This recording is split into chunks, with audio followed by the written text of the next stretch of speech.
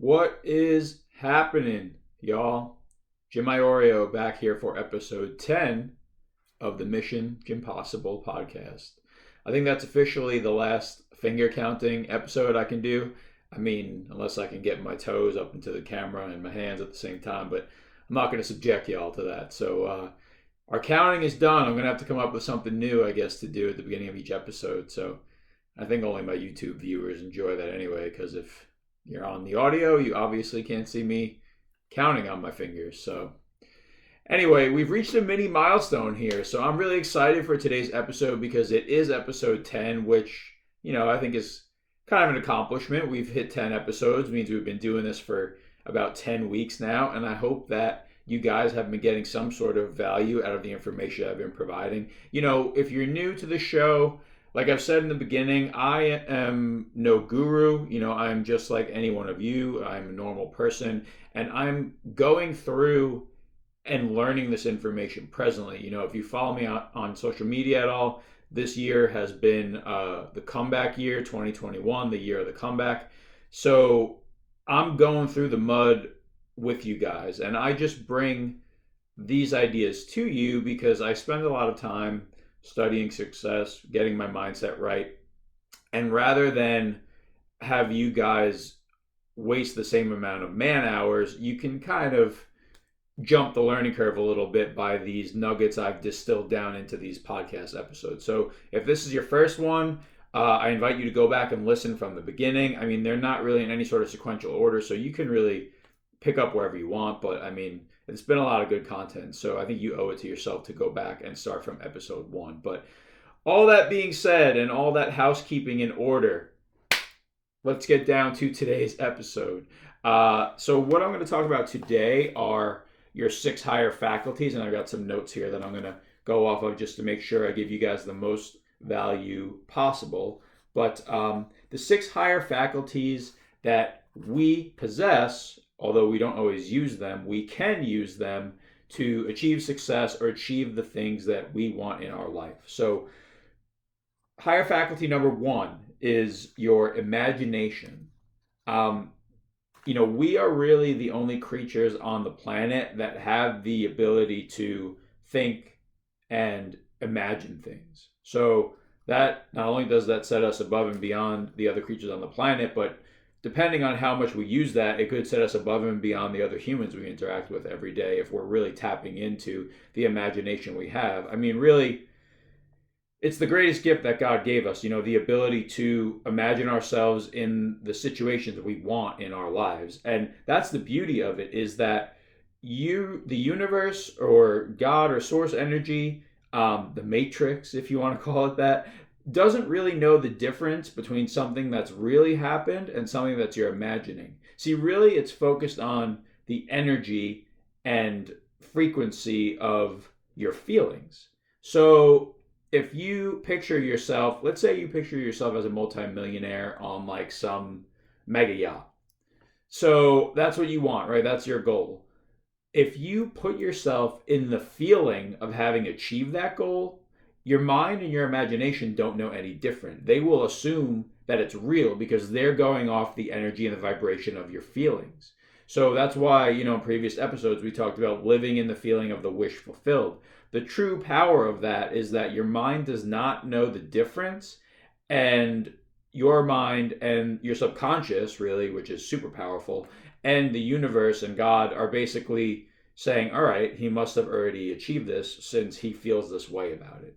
So that's the power of using your imagination as a tool towards getting what you want out of life. The other thing, too, to add to that is that everything is created twice. So, like this notepad, for example, notepads in general, they weren't always around. And how did they start? Well, eventually, some guy said, I've been doing a lot of writing. It'd be nice to have all my notes in the same place. I don't know, maybe back in the time of like Newton or whatever, they decided that it would be nice to have all their thoughts compiled together in one place on multiple pages. So the notebook was born. So what that means, and what I'm trying to say, is that things are created first in your mind, and like this notebook was created first in the inventor's mind, and then eventually it manifested in the physical. So you can do that with anything. I mean, this door behind me, this room, the particular house that I'm in right now, a builder had to look at the land that was here and envision this house in his mind before it could be put to a blueprint, and before that blueprint could be followed by construction workers, and before the construction workers could erect this house. So things are created twice. It starts in your mind. Focus on the vibration of your feelings. Your mind, the universe won't know the difference. They'll assume that because you feel that way, you've already accomplished it, and that will eventually bring you to your goals in the future. And that's based off of other quantum physics type stuff we'll go into later in the show that are actually pretty awesome, pretty amazing, and pretty high tech, if you catch my drift. So, all right. Number 2 is your reason, your ability to think. Again, this sets us apart from a lot of the other creatures on the planet, and the fact that we can think and control our thoughts plays into number 1, because we're really the only things on the planet that can maybe get ourselves out of a rut or take ourselves from going in the bad direction emotionally and thought-wise and reroute it into things that we want to think and feel. So number 2 is your reason and your ability to think logically. Number 3 is your will, or your willpower. So will is defined as the ability to focus on one chief aim to the exclusion of everything else. So to me, that sounds a lot like another word we've talked on this podcast about before, focus. So your ability to focus or follow one course until successful is a higher faculty that not many other beings possess, that you can, when used properly, can be used toward your success. So I actually just learned this the other day, and this is pretty cool. So I'm glad that I'm recording this today, because I'm able to include this and provide value to you guys in this way. A tangible trick or drill, I guess you could call it, that you could do to strengthen your focus is you can either, number 1, put a dot on the wall, or you can take a candle and light a candle. And then what you do is, after you have your candle or your dot in front of you, you focus on it.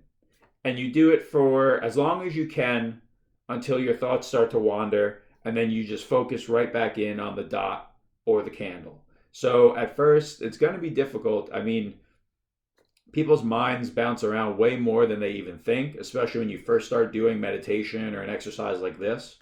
I have family members of mine that are like, oh, I can't meditate. My mind bounces around too much. But I'm like, that's why you meditate. And the only way to stop that from happening is through meditation and through focus exercises like this. So get your dot on the wall. If you have a landlord, maybe it's not a good idea to draw a dot on the wall. But then get your candle, light the candle, and focus on the flame or the dot for as long as you can until your thoughts wander, and then go right back to it. And over time, you'll see maybe at first it's 3 seconds, then the next time it might be 5 seconds, and over time you'll be able to focus for extended periods of time on that dot or on that candle, and then it'll translate into tasks and goals and visualizations that you have about your own success in your own life, and you'll be able to focus on those more intently, which in turn will speed up the manifestation of them in your physical reality. So number 5 is your memory. We all have a perfect memory. People don't realize that, but we all have perfect recall of things that have happened to us in the past. The crux of the issue, though, is whether you're going to choose to remember negative experiences or positive experiences. So that's entirely up to you. And I mean, you can have a perception of this. You can have two different, let me back that up, rewind. You can have 2 completely different perceptions of the same event. So you and someone else might have experienced the same thing.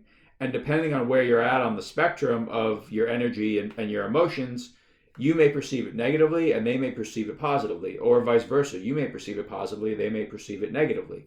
So the recall of your memory is perfect. But the trick is you have to start to change the way you see things, so the way you see things can change. So basically, start to remember things more positively. And that plays into your self-talk a little bit too. Like, watch the things you say about yourself and about the experiences you've had in the past, and start to switch those around, and I guarantee you'll start to see your life change for the better. And then finally, number 6 is our intuition. 6, let me hold it up there. Trust your gut. I mean, people start to second guess their gut. I'm guilty of this all the time. I mean, I get these feelings, and there are times when I trust it. I'm getting better at it now, but things happen, life happens. I get it. And you go through scenarios where maybe your intuition has let you down in the past, or maybe you thought you were going with your gut and it steered you wrong. But I think maybe if you look back at that scenario where you think your gut led you astray, you probably second guessed it without even knowing it. There was probably that initial feeling, and it happened so quickly, but then your brain kicked in and went the other way, and that's why things didn't go the way that you wanted them to. So when you get gut feelings or intuition, or sometimes they're called God feelings, go with them. I mean, the other day, crazy story, I was laying down and half asleep, doing a little bit of visualization as I drifted off to sleep, and a name came into my mind that I had never heard before. I don't know a person in my life by this name, and it was just a random name that just came to me. Why would that happen? You can't make it up. It's too bizarre to be coincidental. So anyway, long story short, I hopped out of bed and wrote the name down right quick, and then went back to sleep. But the next day when I woke up, I Googled that name and found the person on LinkedIn, and I actually shot them a message and said, "Hey, I know this is going to sound weird, but da da da da," and I explained to them the process of how I got in contact with them. So we'll see. I mean, odds are something like that is going to keep them from contacting me back, but you never know. I mean, if they popped into my brain, they're probably on the same frequency. So me telling them something like that probably won't scare them off. So anyway, just a little story for an example of how intuition can work in your life. So just to recap, the 6 higher faculties for your success. Number 1 is imagination. Number 2 is reason. Number 3 is, we skipped number 3, huh? All right, well, we'll go back to that. So we went straight on to will, and then memory, and then intuition. So number 6 would be intuition. So let's circle back to number 3, perception. This is perfect. Just showing you guys that I am human. We count out of order, so let's cover this last one. 3 is perception. We kind of covered it inadvertently by the other topics, but your perception is the way that you see things. And a quick anecdote about that is Bob Proctor, the famous thought leader and public speaker, he uses perception with the whole COVID-19 pandemic to just flip it from a negative to positive. I mean, when that thing first started happening and the quarantines and the shutdowns first broke out, Bob Proctor talked to one of his mentees, who was actually a mentor in our business, and said basically, look, this is what it is. Maybe I just need to slow down, spend more time with my family. It's going to strengthen the relationships that I have. It's going to give me the opportunity to reach out to old friends. So he used a negative and flipped it into a positive. It goes back to what we were talking about with memory. If somebody can do that with a worldwide situation that's going on currently, I'm sure you can do it with mental pictures you have about the past in your own mind. So if negative ones come up, sit with it for a little while. Sit with the memories or the current situations, whatever they are. If they're negative, sit with them and see. Just tell yourself, all right, there's got to be a positive in this. There's got to be a positive in this. And if you tell yourself that over and over again, or better yet, frame it as a question. What is the positive in this? How can I use this to my advantage? When you start to ask yourself open-ended questions like that, your brain goes to work. It kicks into hyperdrive to find answers. Our brain is an answer-giving and a meaning-making machine. So if you frame things in the form of a question, you'll just tap into the power of your brain that much further than just, stating it or, stating an affirmation. So we'll do a second recap in order this time. 6 higher faculties. Number 1, imagination. Number 2, reason. Number 3, perception, which we just covered. Number 4 is will. Number 5 is memory. And number 6 is our intuition, gut feelings, or God feelings. That's about it for me. As always, if you found any value in this or one of the other episodes, please share it with somebody that you think needs to hear it. Like and subscribe to the YouTube channel. Like and subscribe on Apple Podcasts as well. Give us a review on either of those also. Would be much, much appreciated. I love you guys. I am always happy, blessed, and grateful to be here with y'all. And I appreciate your continued support because we are taking this thing to the moon. So, as always, if your mind ain't right, your game ain't tight. Jimbo, signing off.